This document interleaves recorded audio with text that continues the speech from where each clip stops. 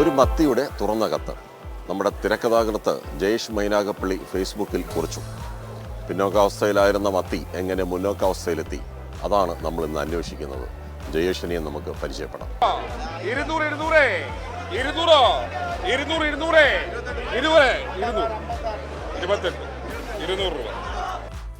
ഇനി കത്തിലേക്ക്. പ്രിയപ്പെട്ടവരെ, ഞാൻ നിങ്ങളുടെ സ്വന്തം മത്തി. എൻ്റെ വില കിലോയ്ക്ക് 300 കടന്ന് പെരുന്നാളായപ്പോൾ അത് 400 എത്തി. ചുരുക്കി പറഞ്ഞാൽ പോത്തിറച്ചയ്ക്കൊപ്പം.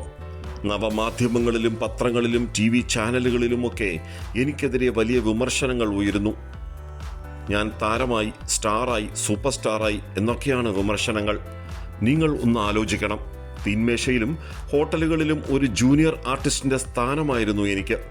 അതിനു മുമ്പ് എൻ്റെ പൂർവികരുടെ കാലത്ത് തൊടിയിലെ തെങ്ങിന് വളമായി മാറിയത് ഞങ്ങളിൽപ്പെട്ട എത്രയോ പേർ. ഓർക്കുമ്പോൾ തന്നെ പേടിയാവുന്നു. കഴിഞ്ഞ എത്രയോ കാലമായി ഞാൻ നിങ്ങളുടെ അടുക്കളപ്പുറത്തുണ്ട്. അപ്പോഴും എനിക്കൊരു പ്രധാന സ്ഥാനം നിങ്ങൾ തന്നിരുന്നോ? തിരണ്ടിയും സ്രാവും കരിമീനുമൊക്കെ മിനുങ്ങുന്ന സ്റ്റീൽ പാത്രത്തിൽ നിങ്ങളുടെ അടുക്കളയിലിരുന്ന് വിലസിയപ്പോൾ എന്നെ നിങ്ങൾ കരിപിടിച്ച കറിച്ചട്ടിയിലിട്ട് മൂലയിൽ തള്ളി. വീട്ടിലെ പൂച്ചകൾക്ക് മാത്രമായിരുന്നു എന്നോട് ഇത്തിരി സ്നേഹം. ഇന്നിപ്പോൾ ഒരു താരപദവി കിട്ടിയിരിക്കുന്നു. ചാനലുകളും പത്രങ്ങളും സോഷ്യൽ മീഡിയയുമൊക്കെ അത് ആഘോഷിക്കുന്നു. സന്തോഷമുണ്ട്. എൻ്റെ ക്ഷമയുടെയും കഷ്ടപ്പാടിൻ്റെയും ഫലമാണത്. ഈ താരപദവി എത്ര നാൾ ഉണ്ടാകും എന്നറിയില്ല. എന്നാലും സന്തോഷം. അന്നും ഇന്നും എന്നെ ചേർത്ത് നിർത്തിയ എല്ലാവരോടും നന്ദി. ജയേഷിൻ്റെ കത്തുകളിൽ പറയുന്ന വാചകങ്ങളാണിതൊക്കെ.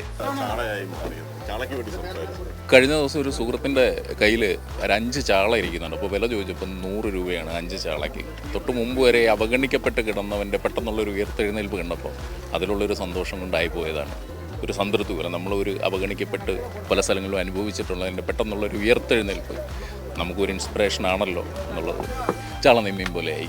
ശരിക്കും ചാള എന്നുള്ള പേരിൽ നിന്ന് തന്നെ അതിനൊരു മോചനം കിട്ടുന്ന അവസ്ഥയിലോട്ട് വന്നിട്ടുണ്ട്. 4800 ചാളയാ ഇത്. വേറെന്തുവാ ചാള തട്ടിയിട്ടാക്കുന്നു. അതെടുത്ത് ഫോട്ടോ എടുത്ത് അവിടെ കൊണ്ട് പത്രത്തിൽ ഇടുന്നു. ചാള വെറുതെ കിടക്കുന്നെന്ന്. ഇവിടെ എത്ര വരുമെന്ന് പത്രത്തിൽ കിടക്കണമെന്ന് പറഞ്ഞ് ചാള ശാഖര എന്ന് പറഞ്ഞ് 20 രൂപ വില വീഴുന്നു.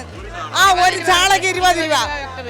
ട്രോളിംഗ് നിരോധന സമയമല്ലേ, അതുമല്ലാതെ ഇപ്പോൾ ഒരു 100 വള്ളക്കാർ പോയി കഴിഞ്ഞാൽ 10 വള്ളക്കാർക്ക് ചാള ഉള്ളൂ. ബാക്കി ഒരു വള്ളക്കാർക്ക് കറിക്ക് മീൻ ഇല്ലാതെ പിടിച്ച വള്ളക്കാരുണ്ട്.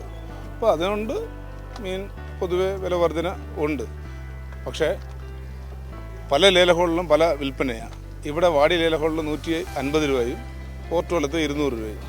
അപ്പോൾ ഒരു ഏകീകരണം ഉണ്ടാകാൻ വേണ്ടി നമ്മൾ പല പ്രാവശ്യവും ജില്ലാ ഭരണകൂടവുമായിട്ട് ചർച്ച ചെയ്തിട്ടും അതിനകത്തൊരു തീരുമാനം ഇതുവരെ കൈക്കൊള്ളാൻ കഴിഞ്ഞിട്ടുണ്ട്. ചാള എല്ലാവരും കഴിക്കുന്നൊരു മീനാണ്. ചാള എല്ലാവരും സാധാരണക്കാരും വലിയവരും എല്ലാം മേടിക്കും. ചാള കടപ്പുറത്ത് കുറവാണ്, അതിനനുസരിച്ചൊരു വിലയുണ്ട്. ഇവിടെ വിൽപ്പന 400 രൂപ വരെ പോയിട്ടുണ്ട്, 400-420 വരെ പോയിട്ടുണ്ട്. അപ്പോൾ ഇന്ന് ഇച്ചിരി ചാള ഉണ്ട്, ഇന്നൊരു ഇച്ചിരി വില കുറവുണ്ട്.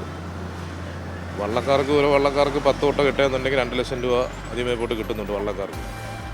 നമുക്ക് ഈ വിലയ്ക്ക് ഏത് വിലയ്ക്ക് എടുത്തിട്ടാലും ആളുകൾ വാങ്ങുന്നുണ്ട്. 300 രൂപയായാലും 400 രൂപയായാലും വാങ്ങുന്നുണ്ട്. ചാള ഇപ്പോൾ രാജാവിന് ആദ്യം വിലക്കുറവായിരുന്നു. ഇപ്പോൾ ഇന്നത്തെ വിലയാണ് 280 മത്തിക്ക്. ഇപ്പോൾ സ്വർണ്ണത്തിൻ്റെ വിലയാണ് മത്തിക്ക് കയറിക്കൊണ്ടിരിക്കുക, വില കുറയുന്നില്ല. കത്ത് തുടരുന്നു. അപ്പുറവും ഇപ്പുറവുമൊക്കെ മുന്തിയ പ്ലേറ്റുകളിൽ സവാള പുതച്ച് ജാടയിലിരുന്ന അയലവരെ എന്നെ പരിഹസിച്ചിട്ടുണ്ട്.